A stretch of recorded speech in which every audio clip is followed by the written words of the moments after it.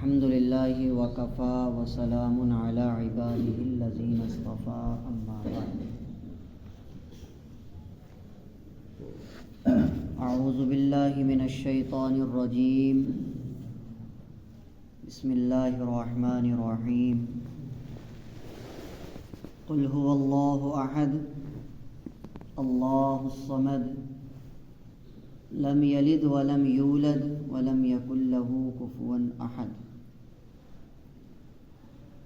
آمنت باللہ صدق اللہ مولانا العلی العظیم وصدق رسولہ النبی الکریم ونحن على ذلك لمن الشاہدین والشاکرین والحمد للہ رب العالمین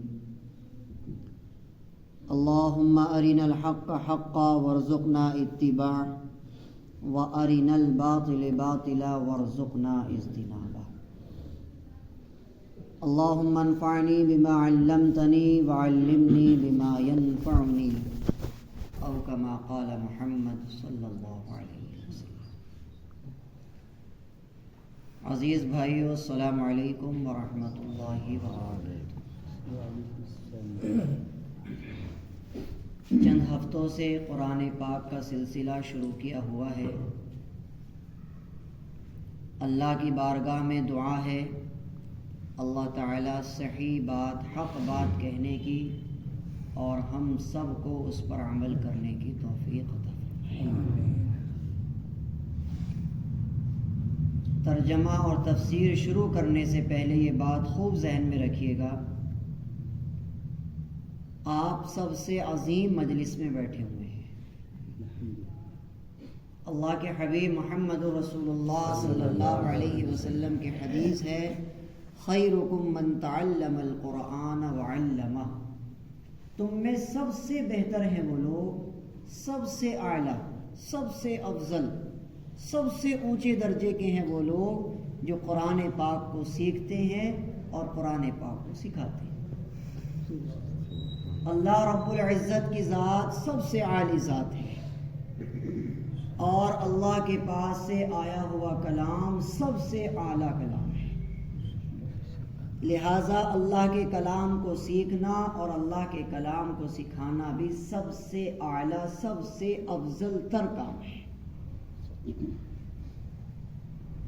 تو خوب یاد رکھیے گا، اللہ کے حبیب حضرت محمد رسول اللہ کی ایک اور حدیث ذہن میں رکھیے گا، ایک آدمی 100 نفل پڑھتا ہے اور ایک آدمی قرآن پاک کی چھوٹی سی سورت کو سمجھ کر پڑھتا ہے،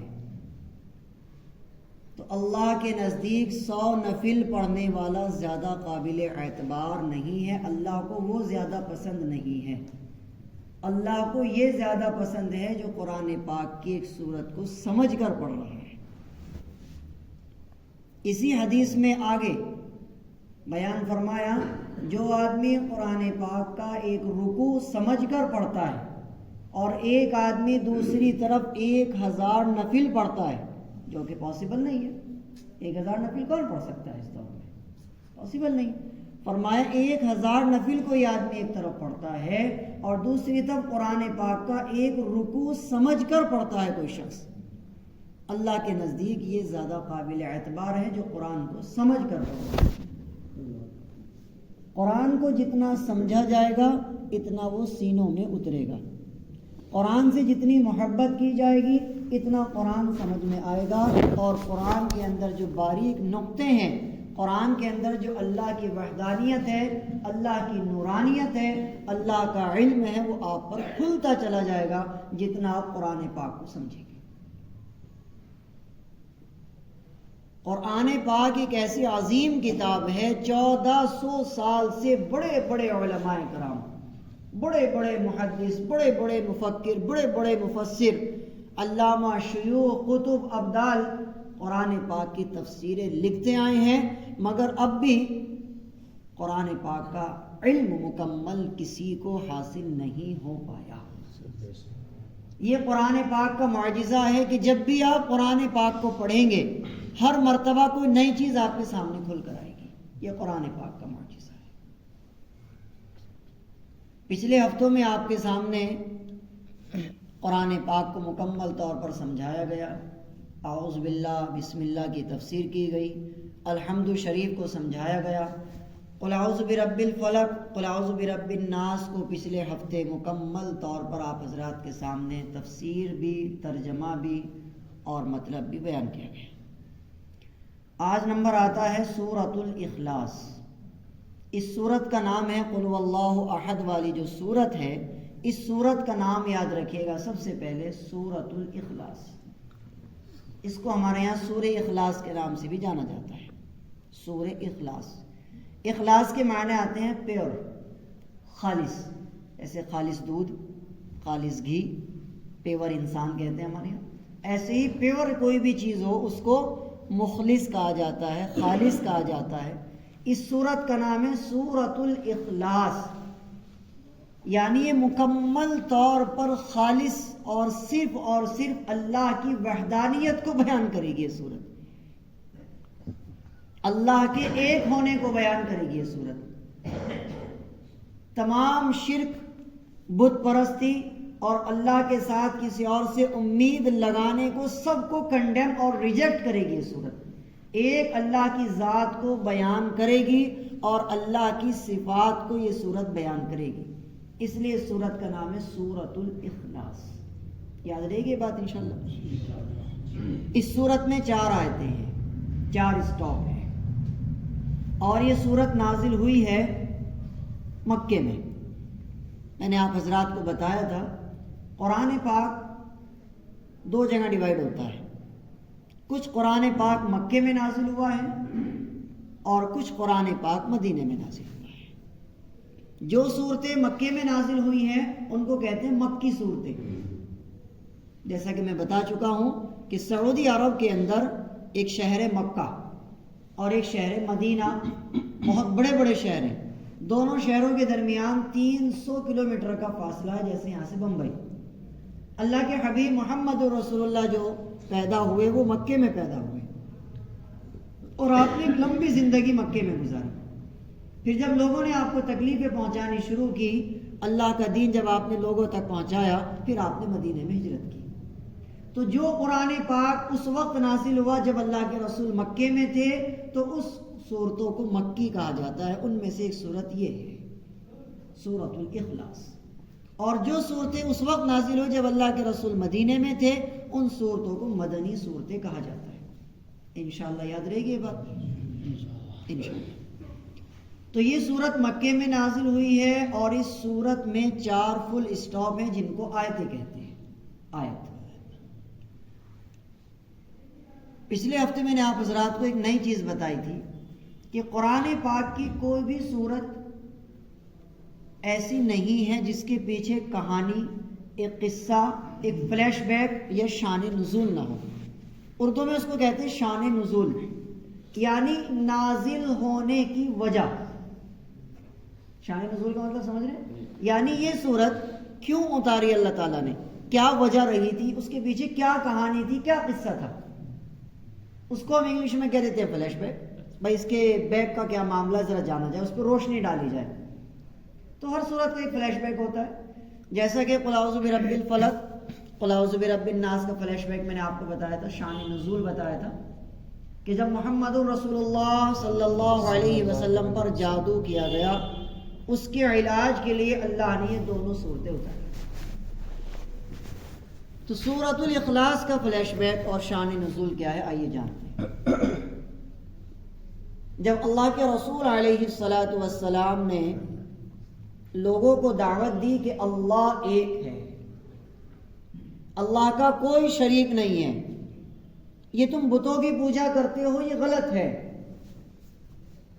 یہ بت تمہارا کچھ بھی نفع اور نقصان نہیں کر سکتے،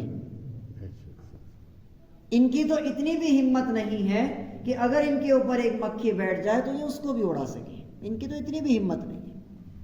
یا ایھا الناس ضرب مثل فاستمعوا لہ، اے لوگوں تمہیں ایک مثال دی جاتی ہے سنو، ان الذین تدعون من دون اللہ، اللہ کو چھوڑ کر جن کی تم پوجا کر رہے ہو، عبادت کر رہے ہو، لن یخلقوا ذباب، وہ ایک مکھی پیدا نہیں کر سکتی، وَلَوِ اجْتَمَعُوا لَهُ، اگر سارے بت بھی جمع ہو جائے تو ایک مکھی نہیں بنا سکتے، وَإِن يَسْلُبْهُمُ الذُّبَابُ، ذباب کہتے ہیں مکھی کو، شَيْءً لَا يَسْتَنْقِذُوهُ مِنْهُ، اور اگر مکھی ان کے اوپر سے کوئی چیز اٹھا کر اڑ جائے، جیسا کہ آپ نے دیکھا ہوگا ان کے بتوں کے آگے مٹھائیاں رکھی رہتی ہیں، بہت سی چیزیں رکھی رہتی ہیں، تو اللہ تعالیٰ ایک مثال دے رہے ہیں، دیکھو کتنی ٹیکنیکلی مثال ہے۔ وَإِن يَسْلُبْهُمُ الذُّبَابُ، اگر مکھی ان کے آگے سے کچھ اٹھا کر اڑ جائے، لا يَسْتَنْقِذُوهُ مِنْهُ، تو یہ مکھی کو بھی نہیں روک سکتے۔ ضعف الطالب والمطلوب، جس کی پوجا کی جا رہی ہے وہ بھی کمزور ہے اور جو پوج رہا ہے وہ بھی کمزور ہے، دونوں ہی کمزور ہیں۔ تو اللہ کے رسول علیہ السلام نے جب لوگوں کو یہ سمجھایا کہ تم ان مٹی کے اور پتھروں کے بتوں کی پوجا کر رہے ہو، یہ کسی کام کے نہیں ہے، یہ خود کمزور ہیں، یہ تمہارا کیا بھلا کر سکتے ہیں، تم ان کو خدا سمجھ رہے ہو، اپنے ہاتھ سے بنا کر ان کو پوج رہے ہو۔ تو لوگوں نے اللہ کے رسول علیہ السلام کی مخالفت کی۔ جو مکے کے بڑے سردار، سمجھدار، بڑے لوگ تھے، وہ اللہ کے رسول کے پاس آئے اور آ کر کہنے لگے، یہ میں شان نزول بتا رہا ہوں کہ یہ سورت کیوں نازل ہوئی، اس کے پیچھے کیا کہانی ہے وہ بتا رہا ہوں، یاد رکھیے۔ تو مکے کے بڑے سردار لوگ اللہ کے رسول کے پاس آئے اور آ کر سوال کیا کہ تم ہمیں جس خدا کی دعوت دے رہے ہو، جس کا نام تم اللہ بتا رہے ہو، جس رب کے تم ہمیں دعوت دے رہے ہو کہ ہم اس کی عبادت کریں اپنے 360 بتوں کو چھوڑ کر، یاد رکھیے گا جس کعبے کی طرف ہم رک کر کے نماز پڑھتے ہیں اس کعبے کے اندر 360 بت رکھے ہوئے تھے، آج سے 1400 سال پہلے۔ کتنے؟ 360 بت، سمجھ رہے؟ یعنی ہر دن کا الگ، کوئی بارش کا، کوئی کہیں گا، کوئی کہیں، ہر دن کا ایک الگ تھا۔ تو مکے کے کافر کہنے لگے کہ تم ان سارے بتوں کو یہ کہہ رہے ہو کہ یہ سب غلط ہیں، اور سب بتوں کے نام بھی تھے کہ یہ سارے غلط ہیں، ہم ان سب کو چھوڑ کر تیرے بتائے ہوئے اللہ کی عبادت کریں، تو اس اللہ کے بارے میں ہمیں کچھ بتا، وہ اللہ کون ہے، اس کا ماں باپ کون ہے، وہ کہاں سے آیا ہے، وہ کہاں پہلے تھا، وہ اب کہاں ہے، اس کے بارے میں ڈیٹیل بتاؤ ہمیں، اس کا ووٹر آئی ڈی کارڈ دکھاؤ۔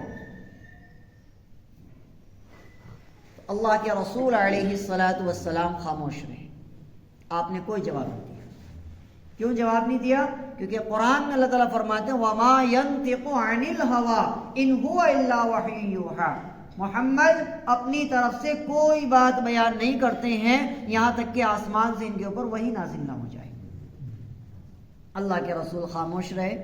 کچھ ہی دیر کے بعد آسمان سے فرشتہ حضرت جبرائیل تشریف لائے اور آ کر کے سلام کیا اور فرمایا یا محمد، اے محمد، اللہ نے آپ کو ایک سورت عطا فرمائی ہے، یہ ان لوگوں کے سوال کا جواب ہے۔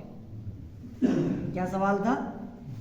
اے محمد، جس رب کی تم ہمیں دعوت دے رہے ہو اس کے بارے میں بتاؤ کہ وہ دکھتا کیسا ہے، اس کے ماں باپ، بیٹے، اولاد کوئی ہے یا نہیں ہے، وہ کہاں رہتا ہے، وہ کیا کرتا ہے، اس کے بارے میں کچھ بتاؤ ہمیں۔ تو اللہ کے رسول خاموش رہے، اس سوال کا کوئی جواب نہ دیا۔ فوراً یہ صورت حضرت جبرائیل فرشتہ لے کر آسمان سے زمین پر اترے۔ اب اس صورت کا ترجمہ سنیے تو آپ کو پوری بات سمجھ آئے گی۔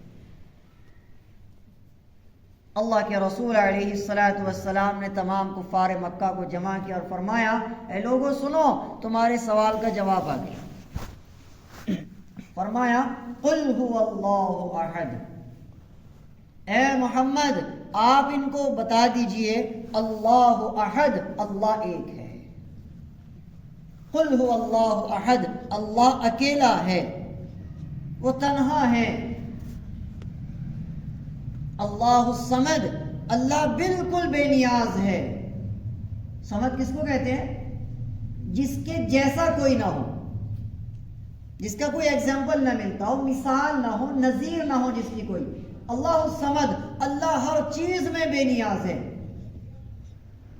لم یلد ولم یولد، سوال کا جواب، نہ وہ کسی سے جنا ہے اور نہ اس نے کسی کو جنا ہے۔ ہم اپنی ماں سے جنے ہیں اور ہماری ماں اپنی ماں سے جنی ہے، بات سمجھ آ رہی؟ تو فرمایا لم یلد ولم یولد، نہ وہ کسی سے جنا ہے نہ اس نے کسی کو جنا ہے۔ یعنی نہ اللہ کے ماں باپ ہیں اور نہ اللہ کی کوئی اولاد ہے. تو جتنے بت وہاں پر تھے سب کو کنڈیم کیا, سب کو ریجیکٹ کیا کہ تم جتنے بھی بتوں کی پوجا کر رہے ہو سب غلط ہیں. اللہ تو ایک ہے, اکیلا ہے, تنہا ہے. لم یلد ولم یولد, نہ اس کا کوئی بیٹا ہے, نہ اس کی کوئی بیٹی ہے, نہ بیوی ہے, نہ ماں ہے, نہ باپ ہے. وہ بالکل تنہا ہے. وَلَمْ يَكُنْ لَهُ كُفُوًا أَحَدٌ, اور اس کی برابر کا کوئی دوسرا نہیں ہے. اس کی برابر کا کوئی دوسرا نہیں ہے. یہ اللہ رب العزت نے ان کے سوال کا جواب دیا. تو یہ اس سورت کا شان نزول ہے, فلیش بیک ہے. یعنی کہ جب کافروں نے سوال کیا تو یہ جواب اللہ تعالیٰ نے شکل میں نازل فرمایا سورۃ الاخلاص کی.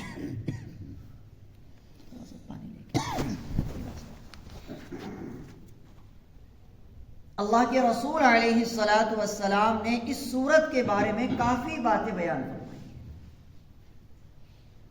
بخاری شریف میں کئی سو حدیثیں ایسی ہیں جو صرف قل هو اللہ احد کی فضیلت کو بیان کر رہی ہیں.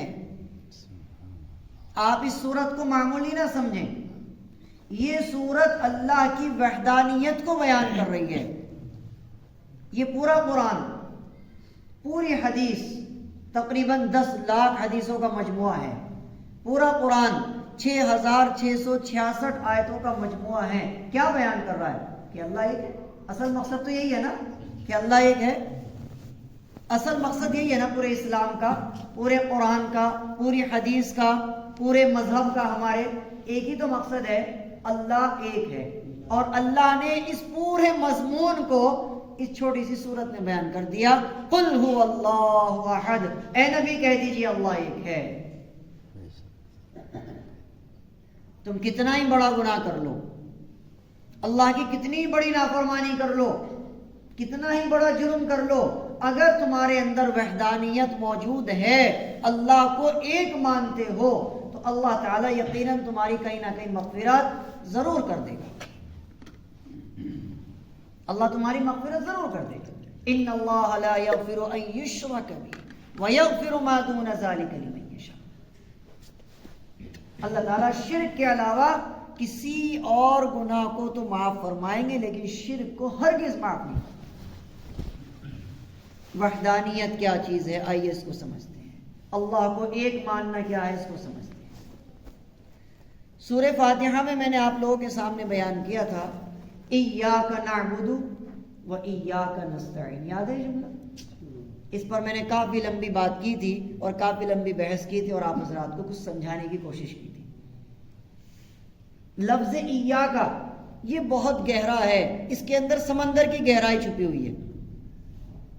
ایاک نعبد, تیری ہی عبادت کریں گے, و ایاک نستعین, اور تجھ ہی سے مدد مانگیں گے. تیرے علاوہ کسی اور کی عبادت نہیں, نہ جسمانی, نہ دل سے, نہ ذہن سے, نہ جسم سے. وَإِيَّاكَ نَسْتَعِينُ, مدد بھی آپ ہی سے سوال کریں گے میرے مولا, آپ کے علاوہ کسی اور سے سوال مدد کا نہیں کریں گے, چاہے وہ چھوٹا ہو یا بڑا ہو.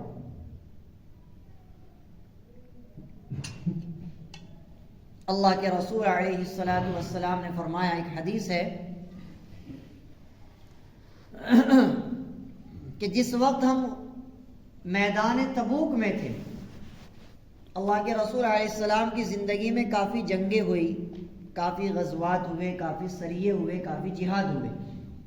تو ایک جہاد پر اللہ کے رسول علیہ السلام تھے, جس میدان میں آپ تھے اس میدان کا نام تھا تبوک. اب وہ ایک شہر کا نام ہے, آپ جب جائیں گے سعودی تو آپ کو ایک شہر نظر آئے گا تبوک کے نام سے. اس وقت وہ ایک میدان کا نام تھا, میدان تبوک. تو اللہ کے رسول علیہ الصلوۃ والسلام وہاں پر جنگ لڑ رہے ہیں, غزوہ ہو رہا ہے, آپ اپنے ڈیفینس میں, بچاؤ میں جہاد کر رہے ہیں. اللہ کے رسول علیہ الصلوۃ والسلام کے پاس حضرت جبرائیل فرشتہ تشریف لائے اور آ کر کے سلام کیا.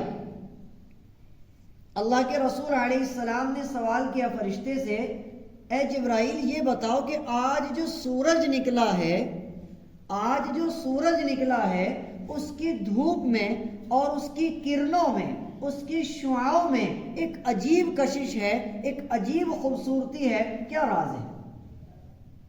سورج جیسا روز نکلتا ہے، آج میں محسوس کر رہا ہوں کہ آج سورج کی دھوپ میں کچھ الگ ہی کشش ہے، کچھ الگ ہی شفاف اور صاف ستھری دھوپ ہے، بالکل کچھ الگ چمک ہے آج دھوپ میں. کیا بات ہے، کیا راز ہے؟ حضرت جبرائیل علیہ السلام فرشتے نے جواب دیا، یا رسول اللہ آپ تو یہاں تبوک میں ہیں، مدینے میں امیہ بن امیہ کا انتقال ہو گیا ہے اور اللہ تعالیٰ نے ان کے جنازے میں شرکت کے لیے 70,000 فرشتوں کو آسمان سے زمین پر اتار دیا ہے. یہ اس کی نورانیت ہے جو آپ کو محسوس ہو رہی ہے. اللہ کے رسول سوال کرتے ہیں، اے فرشتے، اے جبرائیل، ایسا کیا تھا اس صحابی کے اندر؟ وہ صحابی ایسا کیا عمل کرتے تھے کہ اللہ نے اس کے جنازے میں 70,000 فرشتے اتار دیے؟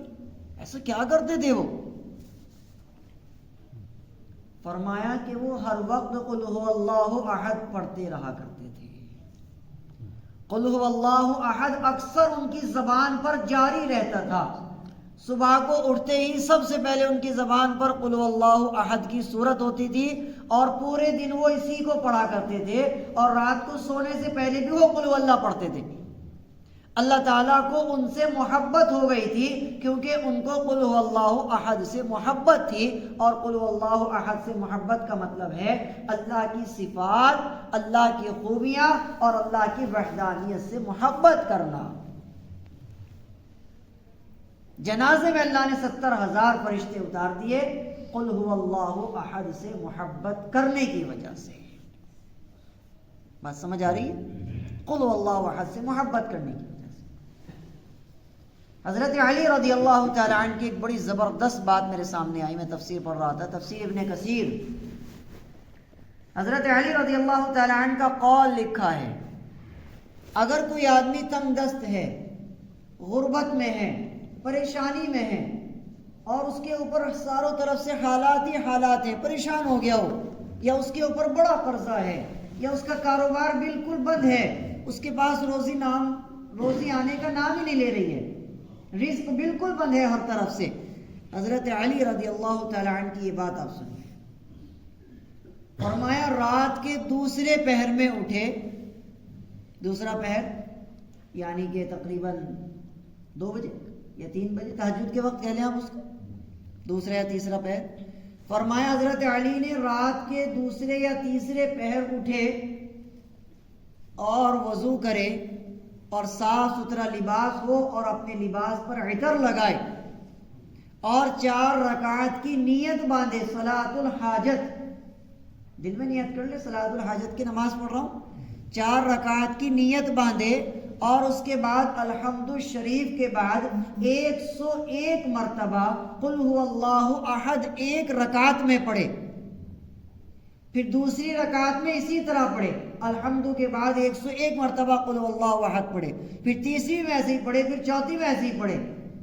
اس کے بعد جب سلام پھیر دے تو اپنی ٹوپی اتار کے رکھ دے اور اپنی آستین، دائیں آستین میں سے اپنا ہاتھ نکال لے، یعنی اپنے دائیں مونڈے کو اور دائیں ہاتھ کو اپنے ننگا کر دے. جس طریقے سے آپ نے دیکھا ہوگا مکے میں جب لوگ جاتے ہیں عمرہ کرنے تو جب وہ احرام باندھتے ہیں تو ان کا دایاں مونڈا کھلا رہتا ہے، پورا کا پورا ہاتھ کھلا رہتا ہے، پورا مونڈا کھلا رہتا ہے، اور سر ان کا بغیر ٹوپی کے ہوتا ہے.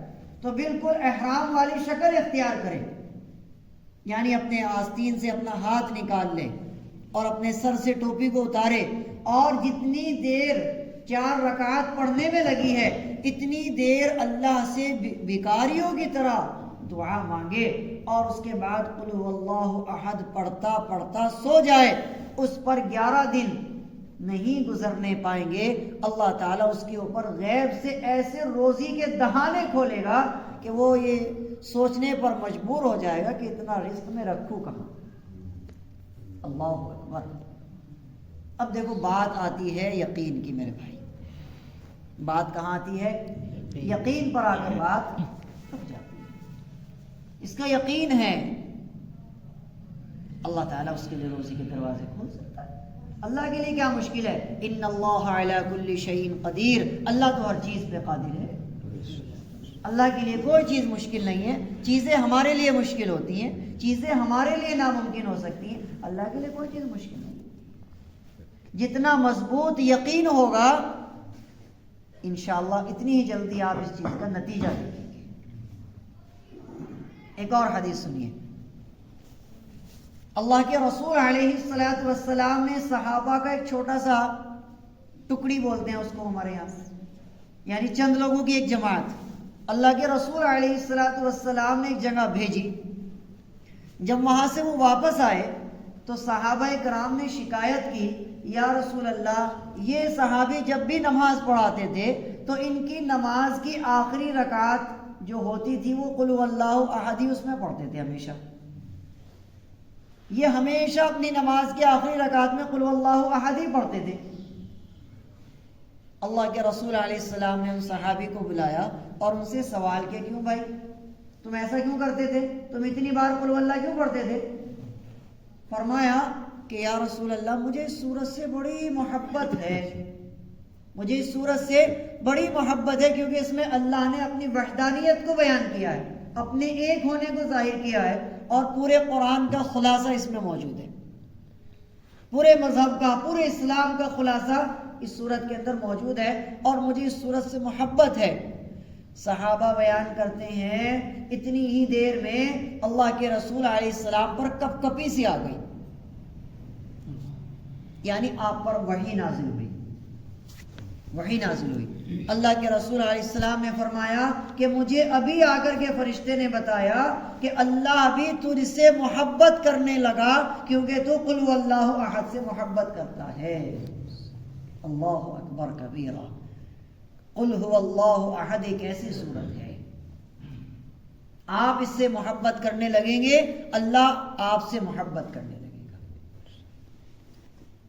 آپ کے سارے قرضے, آپ کی ساری روزی کی جتنی بھی دقتیں ہو سکتی ہیں, دکان کی, کاروبار کی, کارخانے کی, فیکٹری کی یا پھر کھیت کی, جو بھی دقتیں ہو سکتی ہیں, آپ قل هو اللہ احد کا ورد کرنا شروع کر دیجیے. وحدانیت کو اور تھوڑا سا باریکی سے سمجھتے ہیں.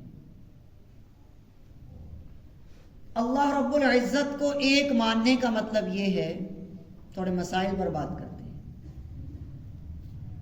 ہم میں سے بہت سے لوگ ایسے ہیں اللہ کو تو ایک مانتے ہیں ماشاءاللہ, لیکن اللہ کے علاوہ دوسرے سے بھی امیدیں رکھتے ہیں, دوسرے سے بھی امیدیں رکھتے ہیں. تو یہ بڑا خطرناک جرم ہے جس کو میں بیان کرتا ہوں, مزاروں پر جانا. ہندو لوگ جو پوجا کر رہے ہیں وہ کھڑی مورتی کی پوجا کر رہے ہیں, مورتی وہاں پر کھڑی ہے نا مندر میں. مسلمانوں میں بہت سے لوگ ایسے ہیں, ادھر دیکھو بھائی, مسلمان میں بہت سے لوگ ایسے ہیں جو پڑی مورتی کی پوجا کر رہے ہیں. مزاروں میں پڑا ہوا ہے نا, پڑا ہوا ہے. اتنی لمبی لمبی قبریں بنی ہوئی ہیں اللہ کی پناہ, پتہ نہیں اس میں کوئی ہے بھی نہیں جی. اللہ کے رسول علیہ السلام نے فرمایا تھا کہ اہل عرب کے اندر کتنے ہی بڑے بڑے گناہ آ جائیں لیکن یہ لوگ ہمیشہ وحدانیت پر قائم رہیں گے. آپ سعودی میں جا کر دیکھیں گے الحمدللہ ثم الحمدللہ, ان لوگوں کے اندر شرک نہیں ہے ذرہ برابر بھی, رتی پر شرک نہیں ہے. اللہ کے رسول علیہ السلام نے ایک حدیث میں بیان فرمایا تھا, سوائے چند قبیلوں کے, عربی چند قبیلوں کے, پورا عرب اللہ کی وحدانیت پر قائم رہے گا. چند قبیلے عرب کے ایسے ہوں گے جو دوبارہ بت پرستی میں واپس لوٹ جائیں گے. جیسا کہ آپ نے ابھی سنا ہوگا, اخبار میں آیا تھا, انٹرنیٹ پہ پھیلا تھا, ابو ظہبی میں ایک بہت بڑا مندر بنوایا. اسی طریقے سے اور بھی عربی ملکوں میں مندر بنے ہیں. تو یہ وہی سب قبیلے ہیں جن کے بارے میں اللہ کے رسول نے 1400 سال پہلے پیشن گوئی کی. اس کے علاوہ پورا عرب 57 ملک ہیں الحمدللہ, مسلمان کے 57 ملک ہیں جن میں اکثر عربی ملک ہیں.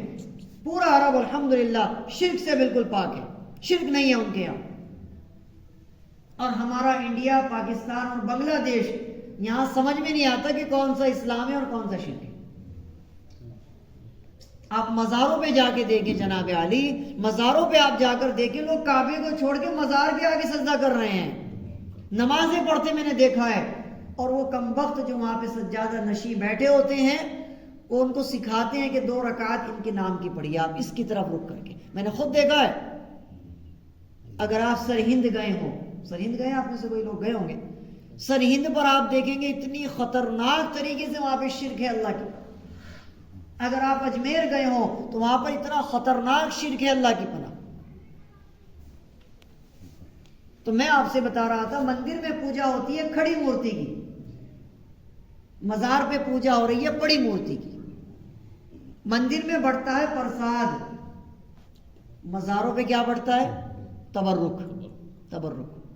مندر میں ہوتا ہے کہ بھائی یہ مورتی کی پوجا، وہ مورتی کو دھلتے ہیں، وہ نہلاتے ہیں دودھ سے اور پھر وہ بڑھتا ہے سب میں، کبھی دودھ سے اور کبھی پانی سے، اور وہ بڑھتا ہے. اس کو تبرک سمجھتے ہیں، کیا نام ہوگا اس کو مجھے ذہن میں نہیں.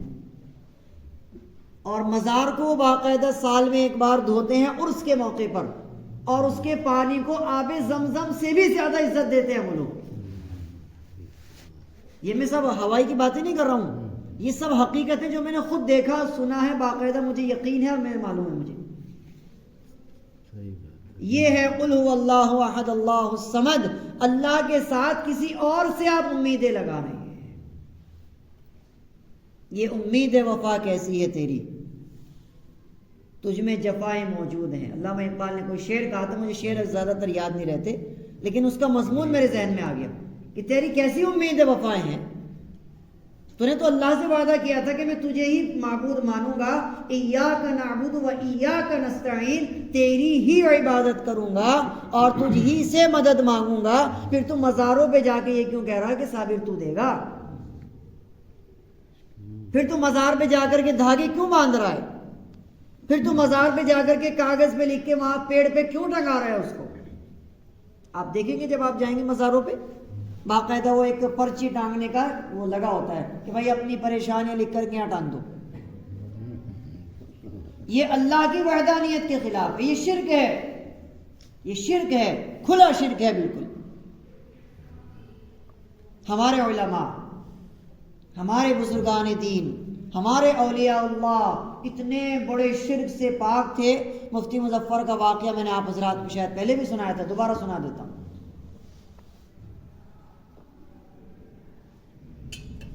مفتی مظفر رحمۃ اللہ علیہ، سب جانتے ہوں گے مفتی مظفر حسین کو. ایک مرتبہ ان کا بیان تھا، جلسہ تھا کوئی کلیر میں. کتاب میں لکھا ہے، حضرت کی کتاب ہے فقیہ الامت کے نام سے. تو حضرت کا کوئی جلسہ تھا کلیر میں، تو حضرت نے کہا بھائی جب یہاں آئے ہوئے ہیں تو چلو ذرا درود و سلام پڑھ دیتے ہیں، فاتحہ وغیرہ پڑھ دیتے ہیں مزار پہ. علاؤالدین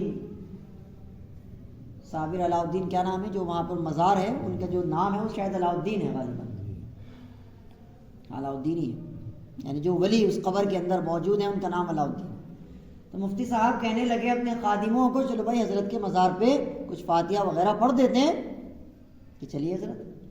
اب وہاں پہنچے تو اکثر کم بختوں نے یہ معاملہ کیا ہوا ہے ہر جگہ ہر درگاہ پہ کہ دروازہ اتنا چھوٹا ہوتا ہے کہ جھک کے جاؤ. یہ سب سے پہلا شرک ہے، اس کو آپ معمولی نہ سمجھنا. اگر آپ کے دل میں اس کی برائی بھی نہیں آ رہی ہے تو سمجھ لیجئے کہ آپ کے اندر وہ مکمل سرایت کر چکا ہے، پیوست ہو چکا ہے. ایک آدمی نماز چھوڑ رہا ہے، ایک آدمی شراب پی رہا ہے، ایک آدمی جوا کھیل رہا ہے، لیکن اس کے دل میں یہ برائی ہے، یار میں گناہ کر رہا ہوں، یار میں غلطی کر رہا ہوں. یقیناً یہ گناہ ہے، امید اللہ تعالیٰ اس کو توبہ کی توفیق جلدی دے دے گا. لیکن ایک آدمی کے دل سے برائی نکل جائے، وہ اس کو برائی نہ سمجھے. ایک آدمی نماز چھوڑ رہا ہے اور وہ اس کو برائی نہیں سمجھ رہا ہے، ایک آدمی شراب پی رہا ہے اور وہ اس کو برائی نہیں سمجھ رہا ہے. یہ خطرناک ترین چیز ہے. اس سے اسلام سے نکل سکتا ہے وہ انسان، کیونکہ اس کے دل سے جب برائی نکل گئی، گناہ وہ اس کو سمجھ نہیں رہا ہے، تو یہ بڑا خطرناک ہے. میں اپنی بات سمجھا پا رہا ہوں؟ غلطی کرنا اور اس کو غلطی سمجھنا، امید اللہ تعالیٰ معاف بھی کر دے گا اور توبہ کی توفیق بھی دے گا. اور غلطی کرنا اور اس کو غلطی نہ سمجھنا، یہ بڑا خطرناک ہے. تو اگر آپ کسی قبر کے آگے جھک کر جا رہے ہیں اور آپ کے دل میں اس کی برائی تک نہیں آتی ہے کہ یار میں ایک غیر اللہ کے آگے، اللہ کے علاوہ کے آگے میں جھک رہا ہوں، آپ کے دل میں اس کی برائی تک نہیں آتی ہے تو آپ سمجھ لیجئے کہ آپ کے دل میں وہ چیز پیوست ہو چکی ہے، سرایت کر چکی ہے، آپ کو اس پر توجہ کرنے کی ضرورت ہے۔ تو مفتی مظفر حسین صاحب جب وہاں پہنچے تو دیکھا دروازہ بہت چھوٹا ہے۔ مفتی صاحب ایک جید زبردست عالم دین تھے۔ اللہ جس کو جتنا زیادہ علم دیتا ہے وہ جھکتا نہیں ہے، نہ انسان کے آگے نہ اللہ کے علاوہ کسی اور کے آگے، وہ جھکتا نہیں۔ عاجزی ایک الگ چیز ہوتی ہے، عاجزی ایک الگ چیز ہے، لیکن غیر اللہ کے آگے جھکنے کا مطلب نہیں، خوف نہیں ہوتا اس کے اندر اللہ کے علاوہ کسی اور کا۔ مفتی صاحب کو اندر بھی جانا تھا اور جھکنا بھی نہیں تھا۔ اب مفتی صاحب نے کہا بھئی کرسی لائی جائے۔ اب کرسی لائی گئی، مفتی صاحب اس پہ تشریف فرما ہوئے، اپنے خادموں سے کہا بھئی کرسی اٹھا کے اندر رکھ دو۔ اللہ اکبر، کرسی اٹھا کے اندر رکھ دو، تو نہ جھکنا ہوا اور اسی جگہ سے اندر چلے گئے۔ بات سمجھ آ رہی؟ مطلب یہ بتانا مقصد تھا، باقی تمام اپنے جو خادم تھے، وہاں دیکھنے والے لوگ تھے، ان کو سکھانا اور بتانا مقصد تھا، میرے خیال سے یہی تھا نا، ان کو سکھانا اور بتانا مقصد تھا۔ تو میرے بھائی، ایک اللہ کو ماننا، اس کے علاوہ کسی اور سے رتی برابر، ذرہ برابر بھی امید وفا، امید مدد نہ رکھنا، یہ وحدانیت ہے، یہ اس صورت کا مقصد ہے۔ قل هو اللہ احد، آپ کہہ دیجئے اللہ تنہا ہے، اللہ ایک ہے۔ آپ قبر میں قبر مزار کے پاس آپ جاتے ہیں اور جا کر کے آپ گردن جھکا کے ایسے کھڑے ہو جاتے ہیں اور آپ کے دل میں یہ خیال آ گیا، یہ وسوسہ آ گیا، شیطان نے یہ ڈال دیا کہ یار اب میں یہاں آ گیا، میں نے حاضری لگا دی، اب میرا مسئلہ حل ہو جائے گا، جو پریشانی چل رہی تھی اب وہ حل ہو جائے گی، اب میں نے ان کو سنا دیا ہے۔ پکی بات بتا رہا ہوں، فتویٰ ہے دارالعلوم دیوبند کا، حضرت مولانا مفتی رشید احمد صاحب گنگوہی رحمۃ اللہ علیہ کا نام سنا؟ رشید احمد گنگوہی، یہ ہمارے علماء اہل سنت والجماعت دیوبند کے بہت زبردست برانڈ والے عالم ہیں، سمجھ رہے؟ مفتی رشید احمد صاحب گنگوہی، حضرت نے ایک کتاب لکھی ہے جس کا نام ہے فتاوی محمودیہ، فتاوی رشیدیہ، تقریباً 31 جلدوں میں ہے، وہ اتنی بڑی کتاب ہے، 31 پارٹ ہیں اس کے۔ جب مفتی بنتا ہے آدمی تو اس کو پڑھایا جاتا ہے مفتی کے سال میں، 31 پارٹ ہے اس کی، اتنی بڑی کتاب ہے وہ، یعنی کہ پارٹ الگ الگ ہیں، جب کوئی ایک ساتھ رکھتے ہیں تو اتنی بڑی ہو جاتی ہے۔ تو ساری فتوے ہیں اس میں، حضرت نے باقاعدہ یہ فتویٰ دیا ہے کہ اگر آپ قبر پہ جاتے ہیں، وہ چاہے عام قبر ہو، وہ چاہے تمہارے ابا کی قبر کیوں نہ ہو، تمہارے بھائی کی قبر کیوں نہ ہو، تمہارے دوست کی، استاد کی، یا پھر کسی ولی کی قبر کیوں نہ ہو، آپ وہاں جاتے ہیں اور جا کر کے آپ گردن جھکا کے ایسے کھڑے ہو گئے اور آپ کے دل میں یہ وسوسہ آ گیا، یہ خیال آ گیا اور آپ نے اس کو آنے کی اجازت دے دی۔ کس خیال کو؟ کہ اب میں یہاں آ چکا ہوں، میرے ساتھ جو مسائل چل رہے ہیں، پریشانیاں چل رہی ہیں، تنگدستیاں چل رہی ہیں، بیماریاں چل رہی ہیں، یا اولاد نہیں ہو رہی ہے، یہ جو بھی مسئلہ آپ کی زندگی میں چل رہا ہے، اب وہ حل ہو جائے گا، کیونکہ میں نے ان کو یہ بات بتا دی ہے، سنا دی ہے، اب میرا مسئلہ حل ہو جائے گا۔ فرمایا کہ وہ اسلام سے باہر ہو گیا، نکاح بھی دوبارہ پڑھوائے، حج کر لیا تھا تو دوبارہ کرنا پڑے گا۔ سمجھ آ رہی ہے؟ کیوں؟ کیونکہ اللہ رب العزت ہر معاملے میں رحمان الرحیم ہے سوائے شرک۔ اللہ ہر معاملے میں غفور الرحیم ہے، بڑا معاف کرنے والا ہے، بڑا بخشنے والا ہے، بڑا نرم ہے، بہت خوبیاں ہیں، لیکن شرک کا معاملہ جب آتا ہے، اللہ رب العزت سے زیادہ عذاب دینے والا کوئی نہیں ہے۔ پھر اللہ کا نام کیا آتا ہے؟ قہار، غصے والا، زبردست عذاب دینے والا۔ بات سمجھ آ رہی ہے؟ تو یاد رکھیے گا، قبرستان آپ جائیں، سنت ہے، کوئی مسئلہ نہیں ہے، لیکن وہی کام کریں جو محمد الرسول اللہ صلی اللہ علیہ وسلم نے کیا اور آپ کے 1.25 لاکھ صحابہ نے کیا، وہی کام کریں آپ صرف۔ کیا ہے وہ؟ اللہ کے رسول علیہ السلام کی سنت ہے، آپ اکثر قبرستان جمعے کو جایا کرتے تھے، فجر کی نماز کے بعد، اکثر یہ آپ کی سنت ہے۔ ہمارے یہاں کیا ہوتا ہے، جمعے کو تو کوئی جاتا نہیں، میرے خیال سے بہت کم لوگ جاتے ہیں، کچھ جاتے ہیں کچھ نہیں جاتے. ہمارے یہاں تو ایک سال میں ایک دن بنا ہوا ہے بس، وہ بھی رات. پورے سال کا تویا اس میں پورا کرتے ہیں لوگ. کون سی رات؟ شب برات. بس پورے سال کوئی جائے نہ جائے، کوئی مر گیا تو بات ایک الگ ہے، گھر کا یا کوئی اور قبرستان چلے گئے جنازے کے ساتھ، اس کے علاوہ کبھی جانے کا اتفاق نہیں ہوتا. پورے سال کا جو ہوتا ہے وہ رکا ہوا ڈاٹا وہ جا کر کے شب برات میں پورا کیا جاتا ہے. شب برات کے تعلق سے یاد رکھیے گا، ویسے اس موقع پر میں بات کروں گا انشاءاللہ اگر زندگی رہی. اللہ کے رسول علیہ السلام کی عمر کتنی ہوئی میں نے بتایا تھا، بولو 63 سال. 63 سال آپ کی زندگی ہوئی ہے. 63 سال کی زندگی میں محمد رسول اللہ صرف ایک مرتبہ شب برات میں قبرستان گئے. کتنی بار؟ ایک بار. ہم ہر سال جا رہے. ہم ہر سال کیوں جا رہے بھائی؟ جب اللہ کے رسول ایک بار گئے تو ہمیں بھی ایک بار جانا چاہیے نا. چلو جی کوئی بات نہیں، ہر سال آپ جا رہے ہیں، کوئی دقت نہیں ہے. اللہ کے رسول علیہ السلام کس وقت گئے؟ تہجد کے وقت گئے، سحری کے وقت. ہمیشہ کی نماز کے بعد جا رہے ہیں. اللہ کے رسول علیہ السلام کس طرح گئے؟ حضرت عائشہ فرماتی ہیں اللہ کے رسول علیہ السلام میرے برابر میں لیٹے ہوئے ہیں، آرام فرما رہے ہیں، اور آپ نے اپنے اوپر جو چادر اوڑھی ہوئی تھی، ہم دونوں نے ایک ہی چادر اوڑھی ہوئی تھی. حضرت عائشہ فرماتی ہیں اللہ کے رسول نے فرمایا عائشہ مجھے چھوڑ، میں ذرا ابھی آتا ہوں. اللہ کے رسول علیہ السلام کھڑے ہوئے اور آپ نکل گئے. میں سمجھی شاید آپ بیت الخلاء یا کسی اور اپنی ضرورت سے گئے ہیں، لیکن جب کافی دیر ہو گئی تو مجھے لگا شاید اللہ کے رسول کسی دوسری بیوی کے پاس نہ چلے گئے ہوں.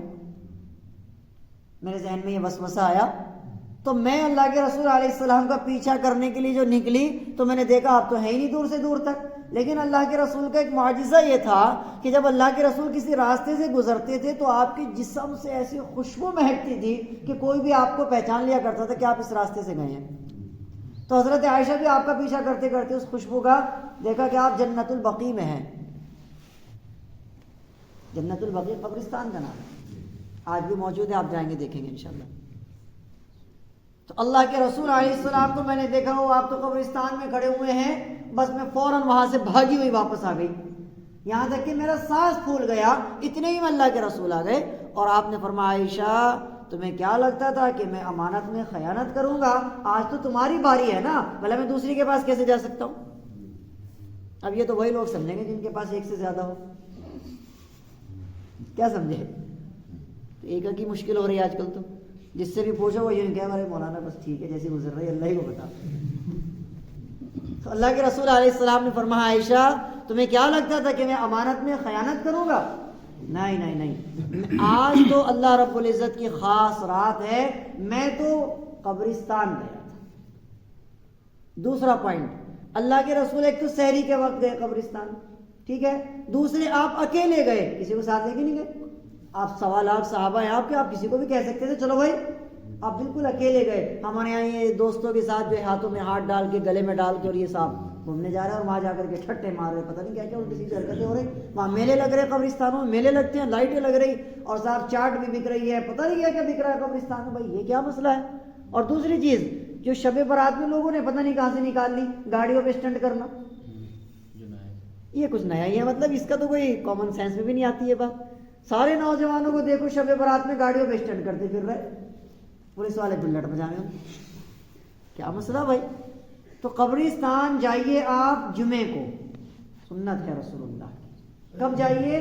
ہر جمعے کو جائیے، کیونکہ اللہ کے رسول علیہ السلام ہر جمعے کو جاتے تھے.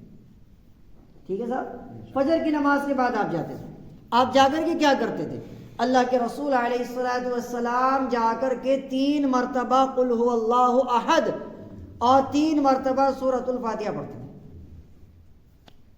آپ ایک چیز ہمیشہ سے سنتے آ رہے ہوں گے کہ بھائی فاتحہ پڑھ دو، فاتحہ پڑھ دو. یہی ہے وہ چیز، 3 بار قل هو اللہ احد اور 3 بار سورہ فاتحہ پڑھنے کا نام ہے فاتحہ پڑھنا. ایک اور حدیث میں آپ کو سنا دیتا ہوں، یاد رکھیے گا. اللہ کے رسول علیہ السلام نے فرمایا اگر کوئی آدمی قل هو اللہ احد اللہ الصمد لم یلد ولم یولد ولم یکن لہ کفوا احد، اس کو پڑھتا ہے اس کو تہائی قرآن پڑھنے کا ثواب ملتا ہے، یعنی 10 پاروں کے برابر یہ اکیلی سورت آپ کو ثواب پہنچائے گی۔ اور اگر آپ 3 بار پڑھ دیتے ہیں تو آپ کو 1 قرآن پڑھنے کا ثواب ملتا ہے نفلی طور پر۔ قل هو اللہ احد کا اتنا بڑا ثواب ہے۔ علماء کرام نے کتابوں میں لکھا ہے کہ جب بھی قبرستان کے پاس سے گزرو، قبرستان کے پاس سے جب بھی تمہارا گزر ہو تو ایسے ہی مت گزر جاؤ، 3 بار قل هو اللہ پڑھ کے نیت کر لیا کرو اللہ یہاں کے قبروں والوں کو ثواب پہنچا۔ آپ لوگوں نے مفتی مظفر حسین صاحب کی قبر دیکھی نہیں کسی نے؟ کبھی چلے جایا کرو، حاجی شاہ کمال میں قبر ہے، تو مفتی صاحب کی قبر کی برابر میں ایک اور قبر ہے حضرت مولانا اسعد اللہ، جو مفتی مظفر حسین صاحب کے بھی استاد ہیں، وہیں برابر میں قبر ہے۔ تھوڑا سا آگے کو جائیں گے آپ 2 قبر چھوڑ کے قبر ہے وہاں پہ قاری گورے صاحب کی، جو جامع مسجد کے امام تھے، قاری گورا جانتے ہوں گے بہت سارے لوگ، قاری گورا، تو ان کی قبر بھی وہیں ہے۔ تو وہاں پر ایک تختی لگی ہوئی ہے، وہ بڑی کمال ہے، آپ کو مزہ آ جائے گا سن کر، آپ کی طبیعت ہری ہو جائے گی۔ ایک شعر لکھا ہے اس تختی پہ، وہ شعر کیا ہے توجہ سے سنیے گا۔ وہ شعر یہ ہے، او جانے والے یعنی گزرنے والے، او جانے والے ہاتھ اٹھا کچھ پڑھ خدا کے واسطے، او جانے والے ہاتھ اٹھا کچھ پڑھ خدا کے واسطے، کل تو بھی محتاج ہوگا فاتحہ کے واسطے۔ کیسا ہے؟ او جانے والے ہاتھ اٹھا کچھ پڑھ خدا کے واسطے، یعنی کچھ ثواب پہنچا دے ہمیں۔ جیسے کہ میں نے بتایا 3 بار قل هو اللہ ضرور کم از کم پڑھ دینی چاہیے، یہ کم سے کم ہے، بالکل لاسٹ ہے، کم سے کم 3 بار تو قل هو اللہ پڑھ کے ثواب پہنچائی دو۔ او جانے والے ہاتھ اٹھا کچھ پڑھ خدا کے واسطے، کل تو بھی محتاج ہوگا فاتحہ کے واسطے۔ تو یاد رکھیے گا قل هو اللہ احد ہمیں سکھاتی ہے اللہ ایک ہے، اللہ تنہا ہے، اللہ اکیلا ہے، اللہ کے علاوہ کسی اور سے امید وفا یا امید مدد کرنا بھی شرک ہے۔ کس طرح کا؟ اس طرح کی امداد، اس طرح کی نیت جو انسان کی ہمت سے باہر کی مدد ہے۔ میں نے ابھی پانی منگایا تو یہ بھی تو میں نے مدد مانگی ہے نا، یہ والی مدد مراد نہیں ہے۔ مدد کون سی مراد ہے؟ جو انسان کی کیپیسٹی سے باہر کی مدد ہے۔ ایک آدمی پہ شادی ہو گئی ہے، اس کی بیوی کو بچہ نہیں ہو رہا ہے، یہ کسی انسان کے ہاتھ میں نہیں ہے، یہ کسی انسان کے ہاتھ میں نہیں ہے۔ اب وہ کسی انسان سے یہ کہتا ہے یار تو کچھ کر لینا ایسا، یا پھر وہ قبر کے پاس جا کر کے کہتا ہے، تو یہ انسان کی کیپیسٹی سے اوپر والی جو مدد ہے، یہ کسی سے سوال کرنا یہ شرک ہے۔ بات سمجھ آ رہی ہے؟ یہ شرک ہے، یہ ہے اللہ کے علاوہ کسی اور سے مدد کرنا، مانگنا، یہ ہے ایاک نعبد و ایاک نستعین کی خلاف ورزی کرنا، کیونکہ آپ دن میں 35-40 مرتبہ اللہ سے وعدہ کر رہے ہیں میرے بھائی۔ فجر کی سنتوں سے عشاء کے وتر تک کتنی مرتبہ الحمد شریف پڑھ رہے ہیں؟ آپ نے کبھی گنا ہے؟ فجر کی سنتوں میں 2 بار، فجر کے فرض میں 2 بار، گنتے رہو۔ ظہر کی 4 سنتوں میں 4 بار، 8 ہو گیا، پھر 4 فرض میں 4 بار، اس کے بعد 2 سنت میں، اس کے بعد اگر کوئی 4 سنت پڑھ لیتا ہے عصر کی، میں صرف وہ گنوا رہا ہوں جو مؤکدہ ہیں، غیر مؤکدہ نہیں، جن کو چھوڑنا گناہ ہے وہ گنوا رہا ہوں۔ تو 4 عصر کی لیجئے گا آپ، فرض کتنی ہو گئی؟ اس کے بعد 3 مغرب میں لیجئے گا، کتنی ہو گئی؟ 21 25 ہو گئی۔ اس کے بعد 2 سنت میں لیجئے گا، 27۔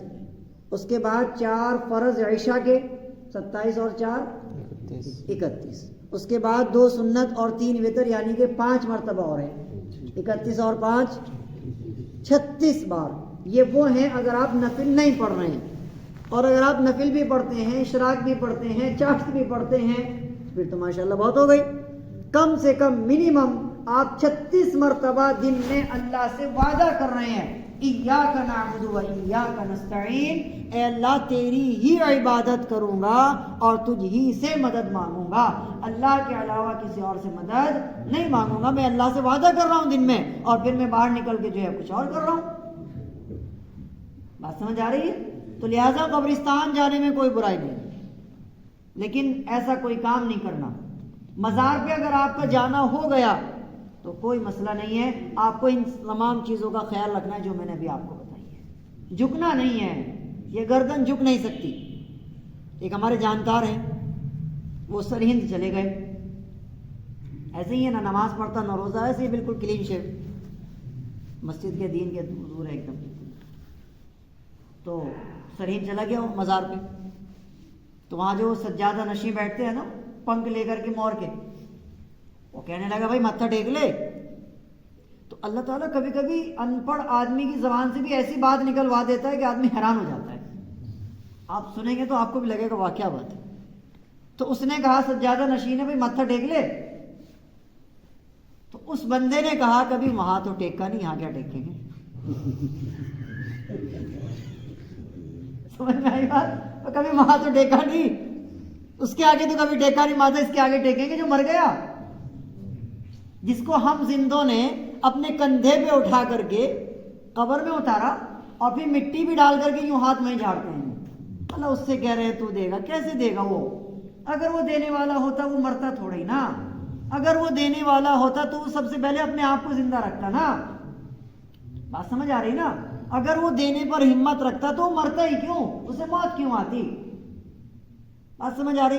ہم نے زندوں نے ان کو نہلایا، ہم نے انہیں کروٹیں دی، ہم نے ان کا کرتا پاجامہ کاٹا تھا کینچی سے، سمجھ میں آ رہی بات؟ ہم نے ان کو نہلایا تھا، ہم نے ان کو پھٹے پہ لٹایا تھا، ہم نے ان کی نماز جنازہ پڑھائی زندوں نے، ہم نے انہیں قبر میں اتارا، مٹی ڈالی اور پھر ہاتھ بھی وہیں جھانک دیے، اور پھر کچھ نادان اور بے وقوف یہ کہہ رہے کہ تو ہی دے گا۔ کیسے دے گا؟ اللہ لا الہ الا ہو الحی القیوم، اللہ وہ ذات ہے جس کے علاوہ کوئی عبادت کے لائق نہیں ہے، اور وہ ایسا زندہ ہے جس سے موت کبھی نہیں آئی۔ وَإِلَٰهُكُمْ إِلَٰهٌ وَاحِدٌ، تمہارا معبود ایک معبود ہے، لا الہ الا هو الرحمن الرحیم، اس کے علاوہ کوئی عبادت کے لائق نہیں ہے۔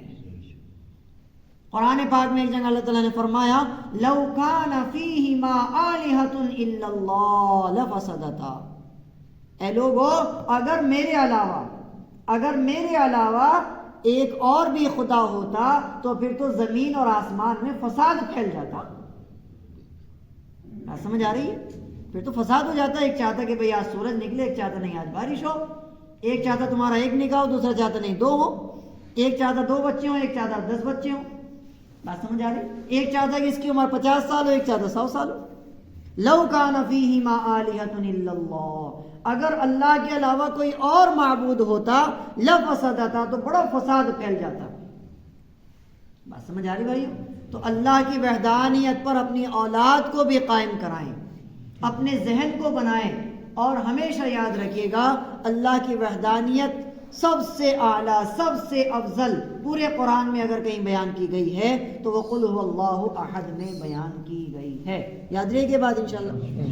اگر کوئی آدمی قل هو اللہ احد کا عامل بننا چاہے تو اس کا طریقہ علماء کرام نے کتابوں میں لکھا ہے کہ کم از کم قل هو اللہ احد کو 16 تسبیح، کتنی تسبیح؟ 16 تسبیح قل هو اللہ احد کی اگر کوئی آدمی پڑھے 41 دن تک، اور وہ لہسن اور پیاز یعنی بدبودار چیزیں کھانی چھوڑ دے، اور 41 دن تک 16 تسبیح قل هو اللہ احد کی پڑھ لے، تو انشاءاللہ تعالی قل هو اللہ احد کا جو موکل ہے، جو اس کی نورانیت ہے اور جو اس کے عملیات ہیں، جو اس کے جنات ہیں، وہ تمام کے تمام انشاءاللہ آپ ان کے عامل بن جائیں گے اور وہ آپ کے عمل میں آ جائیں گی۔ لیکن میں ہمیشہ مشورہ دیتا آیا ہوں، عمل میں اس لیے بتا دیتا ہوں، بہت سے لوگ شوقین ہوتے ہیں، لیکن شرط اس کے ساتھ میں لگا دیتا ہوں کہ کسی بھی عمل کو کرنے سے پہلے اپنا ایک شیخ، اپنا ایک استاد ضرور بنائیے گا۔ اللہ تعالیٰ مجھے کہنے سننے سے زیادہ عمل کی توفیق عطا فرمائے، اور یہ سلسلہ اللہ تعالیٰ اسی طریقے سے ہمیشہ قائم اور دائم رکھے۔ اللهم لك الحمد كما أنت أهله، وصل على محمد كما أنت أهله، وافعل بنا ما أنت أهله، إنك أهل التقوى وأهل المغفرة. آمين. اللهم ربنا آتنا في الدنيا حسنة وفي الآخرة حسنة وقنا عذاب النار، وقنا عذاب القبر، وقنا عذاب الحشر، وقنا من فتنة المسيح الدجال، وقنا من فتنة الزنا، وقنا من فتنة المحيا والممات. اللهم إنك عفو كريم، اللهم إنك عفو كريم، اللهم إنك عفو كريم تحب العفو فاعف عنا يا کریم. لا الہ الا انت سبحانک انی کنت من الظالمین. اے اللہ ہمارے چھوٹے بڑے گناہوں کو معاف فرما، اے اللہ ہماری عبادتوں کو قبول فرما، اے اللہ ہمیں نمازی بنا دے، اے اللہ نمازوں کو قائم کرنے والا بنا، اے اللہ نمازوں کو پڑھنے والا نہیں، نمازوں کو قائم کرنے والا بنا. اے اللہ ہمیں تہجد میں کھڑے ہونے والے اعمال نصیب فرما. اے اللہ تیرے ایک ولی حضرت مولانا شیخ زکریہ لکھتے ہیں کہ جو دن میں جیسے اعمال کرتا ہے رات میں ویسی ہی اس کو توفیق نصیب ہوتی ہے. اے اللہ تہجد میں کھڑا ہونا ہمارے بس کی بات نہیں ہے، مولا وہ اعمال کی توفیق عطا فرما جو ہمیں تہجد میں کھڑا کر سکے. اے اللہ تہجد کی نماز آپ کو بڑی لاڈلی ہے، مولا کریم ہمیں تہجد میں کھڑا ہونے کی توفیق عطا فرما. اے اللہ ہمیں تہجد میں کھڑا ہونے کی توفیق عطا فرما. اے اللہ ہمیں اشراق کی پابندی عطا فرما، چاشت کی پابندی عطا فرما. اے اللہ ہمیں اشراق اور چاشت دونوں نمازوں کی محبت عطا فرما، اوابین کی محبت عطا فرما. اے اللہ مغرب کے بعد 6 رکعت نفل اوابین پڑھنے کی توفیق عطا فرما. مولا کریم قرآن پاک کا عشق عطا فرما.